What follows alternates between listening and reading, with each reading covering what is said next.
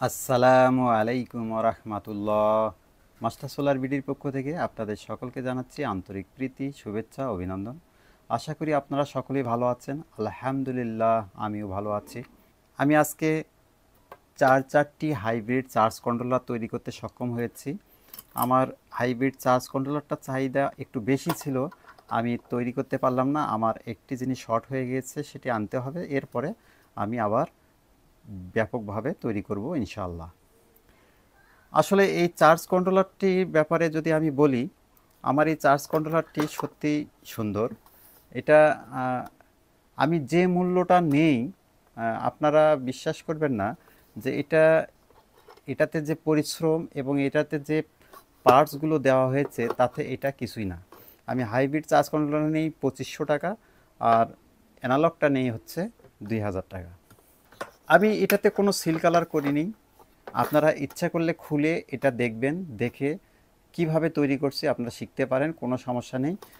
খোলার পর যদি নষ্ট হয়ে যায় তারপরও আমাকে দিবেন, আমি আবার ঠিক করে দিব, এটাতে কোনো আপত্তি নেই। তবে এই ডিজাইনটি আমি দিতে পারতেছি না বলে দুঃখিত, কারণ আসলে মূলত এই ডিজাইনটি সম্পূর্ণ আমার না। আমি একজন বড় ভাইয়ের কাছ থেকে হেল্প নিয়েছি, নেওয়ার পর এটা তৈরি করেছি, আমার সেটাকে মডিফাই করেছি। যাই হোক, সব মিলে এখন এটি হাইব্রিড চার্জ কন্ট্রোলার। আমি গ্যারান্টি দিতে পারি আমার এই চার্জ কন্ট্রোলারটি প্যানেল যে বিদ্যুৎ তৈরি করবে সেটা অপচয় করবে না। এমপিপিটি অপচয় করবে, এমপিপিটি চার্জ অপচয় করে, কিন্তু পিডাব্লিউএম চার্জ অপচয় করবে না। আমার এই চার্জ কন্ট্রোলারটি আমি মূলত মনে করি যে এটি 150 এম্পিয়ার। সেই ক্ষেত্রে এটাতে 1500 ওয়াট প্যানেল লাগানো যাবে। যদি 1500 ওয়াট প্যানেল লাগানোর পর নষ্ট হয় আপনারা আমাকে ফেরত দিবেন, আমি ফেরত নিব। আমার এই চার্জ কন্ট্রোলারটি 2 বছর গ্যারান্টি। 2 বছরের মধ্যে নষ্ট হলে আমি ফ্রি সার্ভিসিং করে দেব। এটিতে একটা ডিসপ্লে দেওয়া আছে মাত্র, এটাতে শুধু ভোল্ট দেখা যায়, এম্পিয়ার দেখা যায় না। এম্পিয়ার মিটার আপনারা বাইরে এক্সট্রাভাবে 120 টাকা হলেই হয়তো কিনতে পারবেন বা দেখতে পারবেন যে কত এম্পিয়ারে চার্জ হচ্ছে। আমি লাগাইনি এই কারণে যে আসলে বিদ্যুৎ যাতে অপচয় না হয়। যে কোনো চায়না ইনভার্টার একটি ডায়োডের মাধ্যমে ট্রান্সফার করে, যে ডায়োডটি একটু হলেও বিদ্যুৎ অপচয় করে।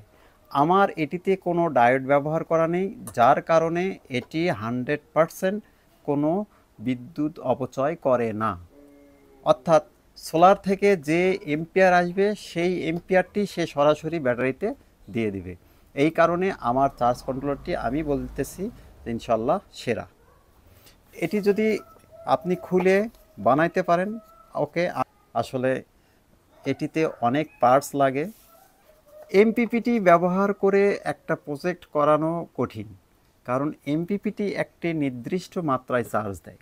পিডাব্লিউএম, আমার বাড়ির প্রজেক্টটি পিডাব্লিউএমের সুবিধা হচ্ছে যে আমার যেমন লোড হবে সে সঙ্গে সঙ্গে তত এম্পিয়ার দেওয়া শুরু করবে, কিন্তু এমপিপিটিতে এই জিনিসটি হয় না। এখন আমি একটু পরীক্ষা করব, যে কোনো একটা আমরা পরীক্ষা করে দেখি। আমি সবগুলো পরীক্ষা করেই রেখেছি। সাপোজ এটি পরীক্ষা করব,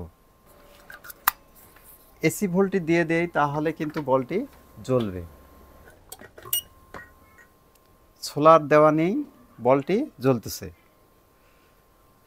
আমি এখন সোলারের সংযোগ বা ব্যাটারির সংযোগ দিব। আগে আমরা ব্যাটারি সংযোগ দিব। এখানে আমার ভোল্ট দেখাচ্ছে 13.7। এটা হলো ব্যাটারি পজিটিভ এবং সোলার পজিটিভ এখানেই হবে, আর এইখানে হবে ব্যাটারি নেগেটিভ। আমি বলছি আপনার এটা বাড়ির আইপিএসকে সে এখন বন্ধ করে দিল, এখন কিন্তু বন্ধ হয়ে গেল। এখন ভোল্ট দেখাচ্ছে এখানে 13.8। রেড বাতি জ্বলতেছে মানে চার্জিং নিবে সে। এখানে ব্লু বাতি বলতে বোঝা যাচ্ছে যে আপনার আইপিএসকে সে বন্ধ করে দিয়েছে। এই রেড বাতিটা কখন বন্ধ হবে? 13.9 হয়েছে, সঙ্গে সঙ্গে সে বন্ধ করে দিয়ে দিল। এখানে গ্রিন বাতি জ্বলেছে। আপনার বাসার আইপিএসকে সে কখন সংযোগ করে দিবে? যখন এটি ভোল্ট আসবে 13-র নিচে, এই যে 13-র নিচে এসেছে, সে সংযোগ করে দিল।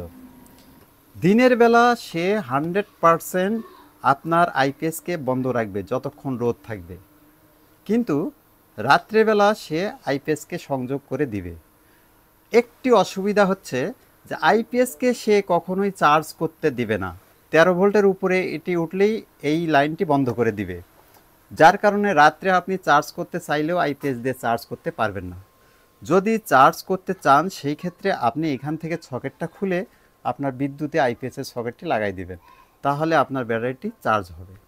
যদি চার্জ আপনি চান, এখান থেকে যদি আপনি পজিটিভ টার্মিনালটাও খুলে দেন, তাহলেও কিন্তু সে চার্জ হওয়ার অনুমতি দিবে।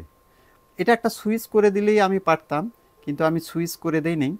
যে আসলে আমার এই চার্জ কন্ট্রোলারটার উদ্দেশ্য হচ্ছে আপনার বিদ্যুৎ বিল কমানোর জন্য। এই কারণেই তো আমি তৈরি করেছি। আইপিএস যদি চার্জ করে ফুল করে, তাহলে দিনের বেলা আপনার সোলার কি চার্জ করবে? আপনি পারলে আপনার আইপিএসের চার্জিং সিস্টেমটা বন্ধ করে নেন।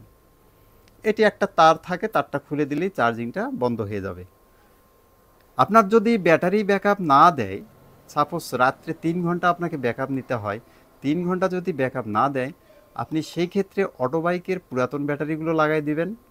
এগুলো যে দামে কিনা হয় মোটামুটি প্রায় সেই দামেই বিক্রি হয়, কারণ 1 বছর পর এই ব্যাটারিগুলো আবার সেম দামে বিক্রি করা যায়। সব মিলে আপনি আমার চার্জ কন্ট্রোলারটা নেবেন, ব্যবহার করবেন। যদি ভালো না লাগে আপনি চার্জ কন্ট্রোলারটি আমাকে ব্যাক করে দেবেন। আপনারা সকলে ভালো থাকবেন, সুন্দর থাকবেন, সুস্থ থাকবেন, আমার জন্য দোয়া করবেন। আসসালামু আলাইকুম ওয়া রাহমাতুল্লাহ।